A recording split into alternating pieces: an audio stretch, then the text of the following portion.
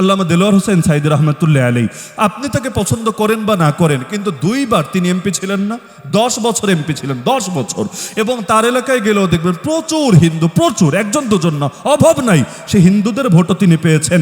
কিন্তু পূজার সময় গিয়ে পূজা মণ্ডপে হাজির হন নাই, নারীদের নাচ গান দেখে নিজের আদর্শ বিসর্জন দিয়ে আসেন নাই, কিন্তু তাদের সাহায্য করার জন্য আবার ঠিকই তাদের ঘরে ঘরে চলে গিয়েছেন। এই 2টা পার্থক্য না বোঝার কারণে আজকাল অনেকের দ্বারা জাতি মিসগাইড হওয়ার আশঙ্কা আছে। এই যে বাংলাদেশে আলেম ওলামার বিরুদ্ধে কারা প্রোপাগান্ডা চালায় বলেন, ইসলামের বিরুদ্ধে সারা বছর কারা বেশি কথা বলে দেখেন। আরে কয়টা হিন্দু, কয়টা খ্রিস্টান, কয়টা বৌদ্ধ ইসলামের বিরুদ্ধে কথা বলে? এর চাইতে বেশি দেখবেন কিছু মুসলমান নামধারী যাদের কেউ শাহবাগে থাকে, কেউ অন্য কোথাও থাকে, সারাটা বছর ইসলাম আর মুসলিম উম্মার বিরুদ্ধে লেগে থাকে।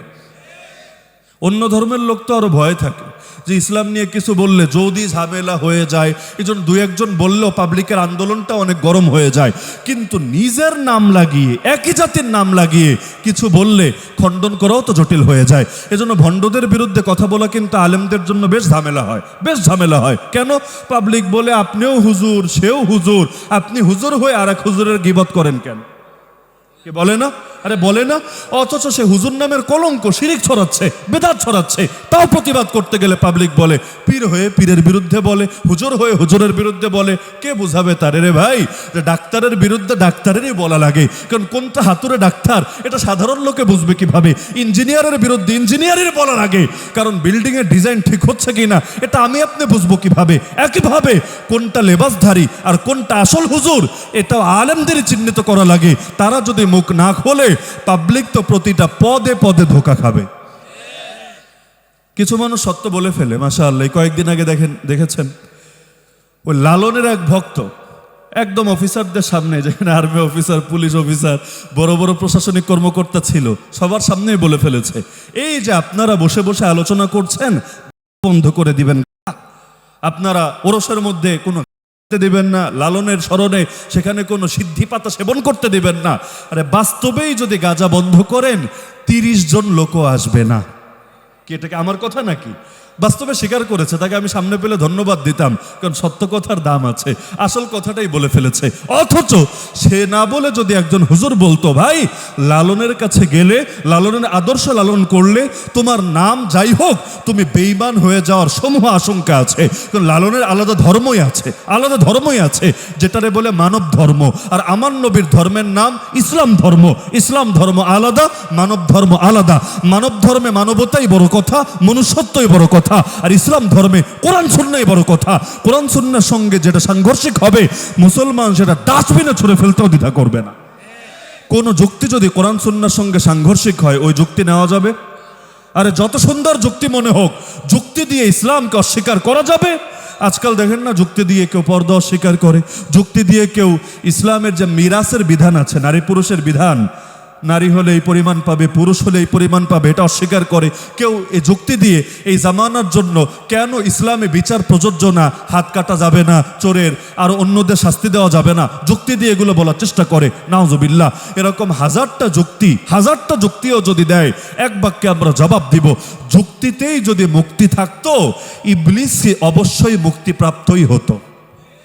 ইবলিস যুক্তি দেয় নাই, সেজদা যে করে নাই যুক্তি দেয় নাই, ডাইরেক্ট যুক্তি দিয়েছে আল্লাহর সামনে, ডাইরেক্ট যুক্তি। আল্লাহ আমাকে আগুন দিয়ে বানিয়েছো, ওকে মাটি দিয়ে বানিয়েছো, আগুন উপরে থাকে মাটি নিচে থাকে, আগুনের দাম বেশি মাটির দাম কম, সে আমার সামনে ঝুঁকতে পারে, এটা লজিকে ধরে, আমি তার সামনে ঝুঁকবো কোন যুক্তিতে? যুক্তি দেয় নাই। আরে দেয় নাই, কোরআনেই তো আছে। যুক্তিতে যদি মুক্তি থাকতো আল্লাহ ইবলিসের বলতো, ঠিক আছে তোর যেহেতু যুক্তি আছে যা, তোরে ছাইরা দিলাম। নাউযুবিল্লাহি মিন যালিক। আরে যুক্তি থাকলেই হবে না, সেটা কোরআন সুন্নাহ সমর্থিত হওয়া লাগবে। আজকাল তো কেউ যুক্তির ঠেলায় শিরিকরে পর্যন্ত বৈধতা দেওয়ার চেষ্টা চালাচ্ছে। অন্য ধর্মের লোকদেরকে খুশি করার জন্য আল্লাহ এবং তার রাসূলকে নারাজ করতে পর্যন্ত বিবেকে বাঁচছে না। হিন্দু ভোট লাগবে কারণ সামনে নির্বাচন আছে। হ্যাঁ, ভোট তো অবশ্যই লাগবে। অতীতে যারা নির্বাচিত হয়েছে এদেরও অনেকে হিন্দু ভোটেই নির্বাচিত হয়েছে, হয় নাই?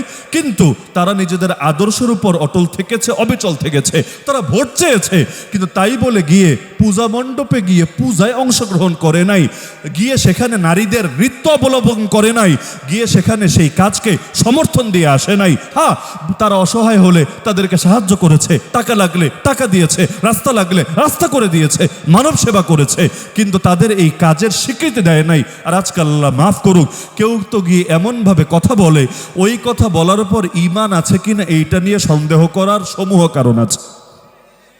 হ্যাঁ, হিন্দু ভোট লাগবে, কিন্তু চিন্তা করা দরকার ছিল হিন্দু ভোট নিতে গিয়ে মুসলমানের ভোটে যদি ছুটে যায়, আসলটাই যদি ছুটে যায় নকলটা পেতে গিয়ে, তাহলে কি এমন লাভটা হবে? আল্লাহ মাফ করুক। তাহলে আদর্শের জায়গায় কিন্তু আদর্শের জায়গায় ঠিক থাকা দরকার আছে। এই যে অতীতে মুফতি ওয়াক্কাস সাহেব ছিলেন, আপনারা হয়তো অনেকে ভুলে গিয়েছেন, মুফতি ওয়াক্কাস রহমতুল্লাহ আলী একসময় ধর্মমন্ত্রী ছিলেন বাংলাদেশের, এরশাদের আমলের কথা, আজকের যুগের না। আপনি দেখেন তার এলাকার বড় একটা সংখ্যক ভোট হলো হিন্দু ভোট। ওই যশোরের যে এলাকাগুলোতে তিনি থাকেন, আমি নিজেও গিয়েছি, সেখানে বড় একটা সংখ্যক ভোট, একটা দুইটা না, 10-20 হাজার না, কিন্তু এই হিন্দু ভোটগুলো নিয়মিত পেতেন। আল্লামা দেলোয়ার হোসেন সাইদি রহমতুল্লাহ আলী, আপনি তাকে পছন্দ করেন বা না করেন, কিন্তু 2 বার তিনি এমপি ছিলেন না, 10 বছর এমপি ছিলেন, 10 বছর। এবং তার এলাকায় গেলেও দেখবেন প্রচুর হিন্দু, প্রচুর, একজন দুজন না, অভাব নাই, সে হিন্দুদের ভোটও তিনি পেয়েছেন। কিন্তু পূজার সময় গিয়ে পূজা মণ্ডপে হাজির হন নাই, নারীদের নাচ গান দেখে নিজের আদর্শ বিসর্জন দিয়ে আসেন নাই, কিন্তু তাদের সাহায্য করার জন্য আবার ঠিকই তাদের ঘরে ঘরে চলে গিয়েছেন। এই দুইটা পার্থক্য না বোঝার কারণে আজকাল অনেকের দ্বারা যাতে মিসগাইড হওয়ার আশঙ্কা আছে। এজন্য আল্লাহর ওয়াস্তে কেউ আবার এটা নিজের গায়ে লাগায়েন না, হুজুর আমার দলের বিরুদ্ধে বললো কিনা, আমার নেতার বিরুদ্ধে বললো কিনা। হক থাকবে সব কিছুর উপরে, দল দলের জায়গায়, নেতা নেতার জায়গায়, হক থাকবে সব কিছুর উপরে। এতটুকু আদর্শ, এতটুকু উদারতা যদি না থাকে, আপনি একটা দল কানা, দলান্ধ। যদি দলকে প্রাধান্য দেন, আপনার মুখে আল্লাহু আকবার মানায় না, কারণ আল্লাহু আকবার মানে আল্লাহ সব চাইতে বড়, আমার বাপের চাইতে বড়, মায়ের চাইতে বড়, আমার গুরুর চাইতে বড়, আমার নেতার চাইতে বড়, আমার দলের চাইতে বড়। সব কিছুর উপর আল্লাহ থাকবে। আল্লাহর জন্য প্রয়োজনে সব ছাড়া যাবে, কোনো কিছুর জন্য আল্লাহ ছাড়া যাবে না। যে কোনো দল গোমরা হতে পারে কি না? যে কোনো ব্যক্তি হক থেকে সরে যেতে পারে কি না? অবশ্যই পারে। সুতরাং ব্যক্তি পূজা, দল পূজার স্থান নাই ইসলামে। ইসলামে আছে শুধু আল্লাহ যা বলেছেন, রাসূল যা পৌঁছিয়েছেন, ব্যাস আমাকে এর উপর জমে যেতে হবে। এখন আমার উস্তাদও যদি আর বিরুদ্ধে চলে যায়, প্রয়োজনে উস্তাদরে লাল কার্ড দেখায় দিতে হবে।